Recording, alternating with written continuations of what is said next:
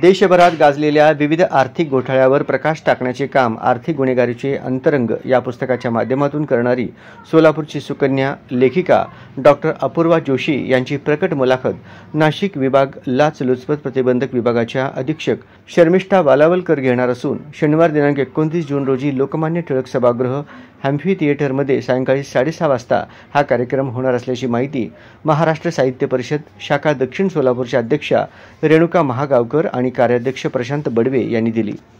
गेल्या 100 वर्षात कोट्यावधी रुपयांचे आर्थिक घोटाळे उघड झाले।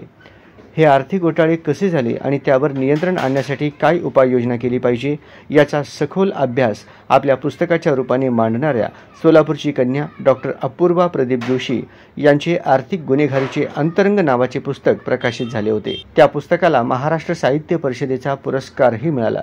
आणि लेखिका अपूर्वा जोशी यांचा सत्कारही करण्यात आला। सोलापूरमधील सुप्रसिद्ध फिजिशियन डॉक्टर प्रदीप जोशी यांची ही कन्या असून सोलापूरच्या या प्रतिभावंत कन्येचा आणि तिच्या पुस्तकाची ओळख व्हावी तसेच आर्थिक घोटाळ्यावर प्रकाश टाकताना आणि त्याचे पुस्तकात रूपांतर करतानाचा प्रवास सोलापूरकरांसमोर यावा या हेतूने त्यांच्या मुलाखतीचा कार्यक्रम महाराष्ट्र साहित्य परिषद शाखा दक्षिण सोलापूरच्या वतीने शनिवार दिनांक 29 जून रोजी लोकमान्य टिळक सभागृह हॅम्फी थिएटरमध्ये सायंकाळी 6:30 वाजता घेण्यात येणार आहे। ही मुलाखत सोलापूर शहर गुन्हे शाखेच्या तत्कालीन सहाय्यक पोलीस आयुक्त